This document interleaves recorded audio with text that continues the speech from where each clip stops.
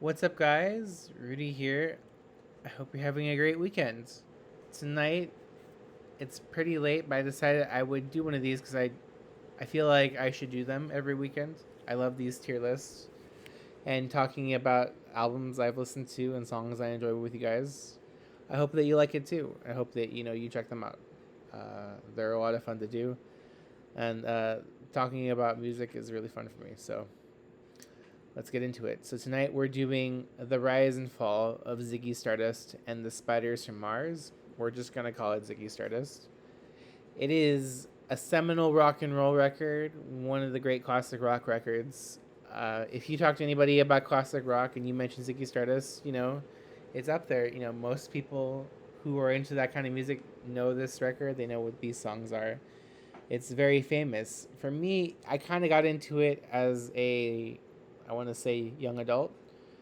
I was really into the band My Chemical Romance when I was in high school, and this album was really influential on the album The Black Parade. So if you like The Black Parade, there's going to be a lot of stuff on this album for you. In particular, I would say that you would like the songs probably like 5 Years, Moon Age Daydream, Lady Stardust. A lot of those songs are really like in the vein of that album. The theatricality, sort of the narrative of those songs is something that you might find really cool, and it relates a lot to those records. And I'm sure that when Gerard and all of them were recording the Black Parade, they were listening to this and like just finding things from it to pull and put into their album. So that's always really cool. So, anyways, we're just gonna go over the tier list really quick. So similar to my last one, I liked doing kind of like criteria I felt that made sense. So this album didn't have as many singles, so I kind of like carved it up a bit different since it is something I've listened to more, I would say, than I listened to Minutes to Midnight. I made a categories based on kind of how I just felt about the songs, which is nostalgic. You know, it has a personal feeling, memory, emotional association to me, something I really care about. Banger is just, this is a really great song, really great classic rock and roll song. The hooks and the catchiness are undeniable. I and then I really like the song. And then Deep Cut is just sort of like that third category to talk about songs that maybe I don't feel as strongly about, but I think are just really interesting. They're like, I would say that they're just part of the DNA. They're part of like the organism, if you will, of Ziggy Stardust, and I just think that they're notable otherwise, right? So let's get into it. So, Lady Stardust, banger. This is one I don't think people know that well, but the chorus is incredibly catchy. But if it's all right, it's just really feels like if you listen to it, it just sounds like a really good like rock song. So, it's a banger. Moon Age Daydream, it's also a banger. I love this song. I've been listening to this song nonstop since I was a teenager. Like this was the song like I would put on repeat and listen to over and over again. It is nostalgic to me, but I have to put it in this category because oddly enough, like even though I love this song, I as I've gotten older, I'm just less connected to it, but I still love it. It's a great song. You guys should check it out. Starman. Starman is really interesting because this was the single from the album. This is sort of like the hit song from the album, if you want to think of it that way. And to me, though, it's an oddly personal song. The song isn't as heavy as some of the other songs on the album, even though it has like a really catchy parts in it, like the do do do do do do do. It's like I would say it's really like personal. David, he talks on it a little bit as much as he sings. It's a very intimate song. And to me, that just kind of gives it a different air than I think a single normally gives, or like a rock and roll banger. It is one, but that's just how I feel about it. Hang on to yourself. It goes in deep cut category. Obviously, it's a great rock song. All the songs on this album are really great rock songs.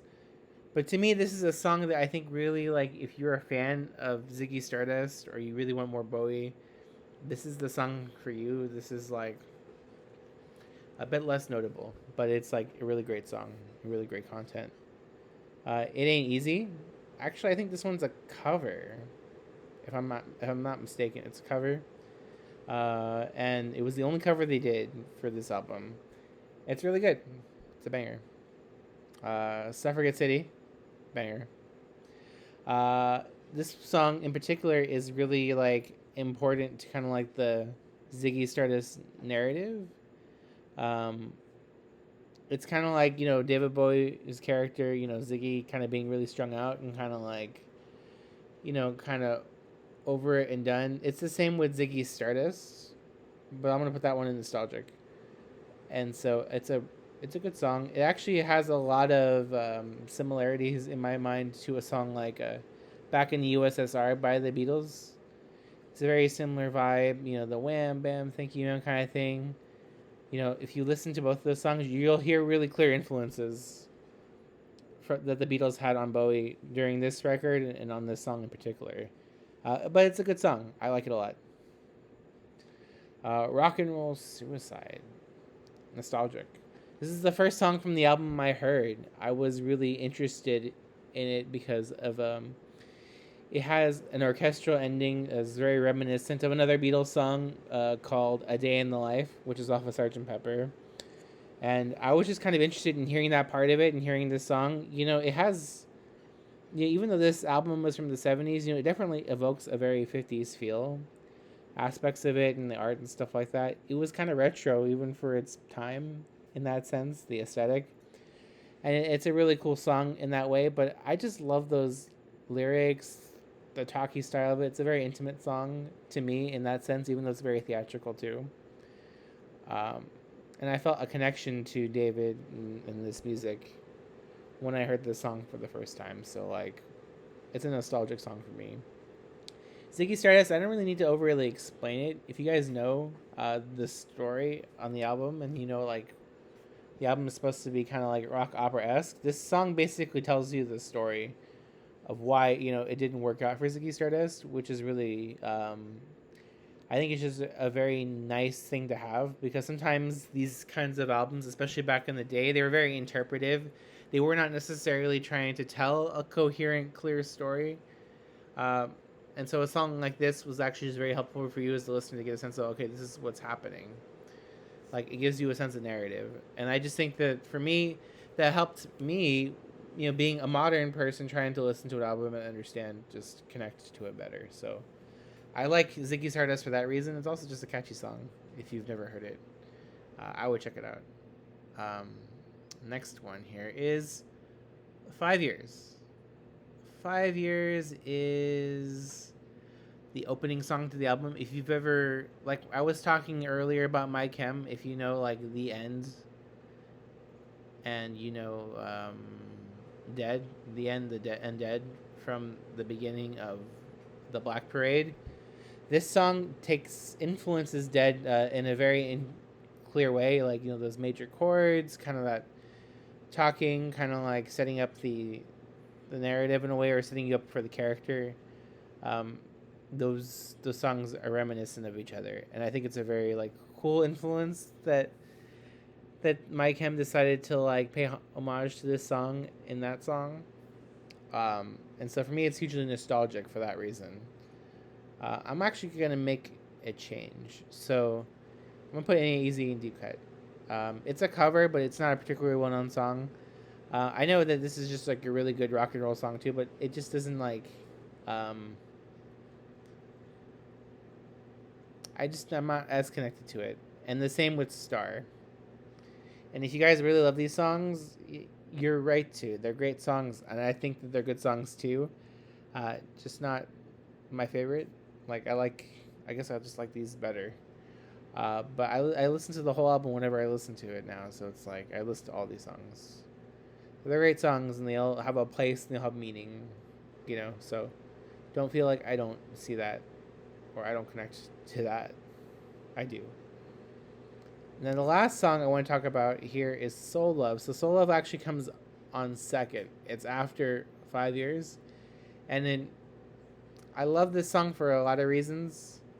The main reason think I really like this song is because if you've ever listened to it, it has a very interesting like meter change, like in the song. So it goes da da da da da da da da da da da da da da da da da. So like it drops the beat and then it kind of picks back up into the groove, and it's technically like an irregular beat pattern, but the song just chills so well, and it's like it's nice. It's very organic, and I think that's really cool.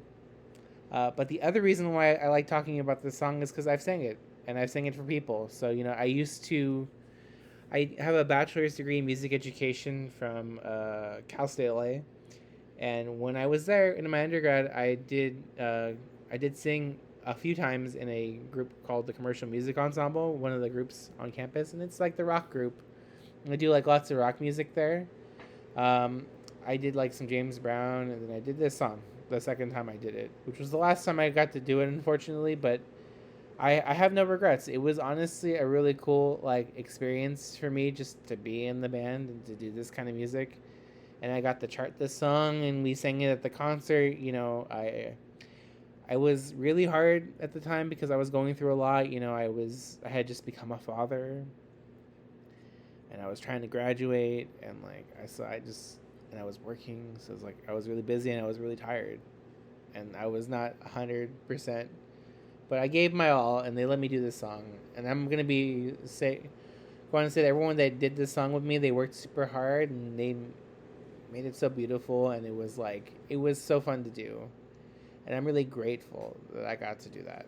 So if you guys remember, uh, trying to remember some of you guys' names. I know John was there. Some of you other guys, I think CA was there. Shoot, so many people. And if I'm forgetting your name right now, I'm sorry, but I'm just really tired. But I love you all. Such a cool time in my life. Just like now, and getting to talk about it with you guys. So that's my tier list. A lot of nostalgic for this album. I mean, really, it all would be nostalgic, but I do feel more connected to these songs now. Up here, these songs down here, I really like. Lady Stardust, actually, I'm just gonna say, is probably the catchiest song on the album to me now. It's just such a cool song.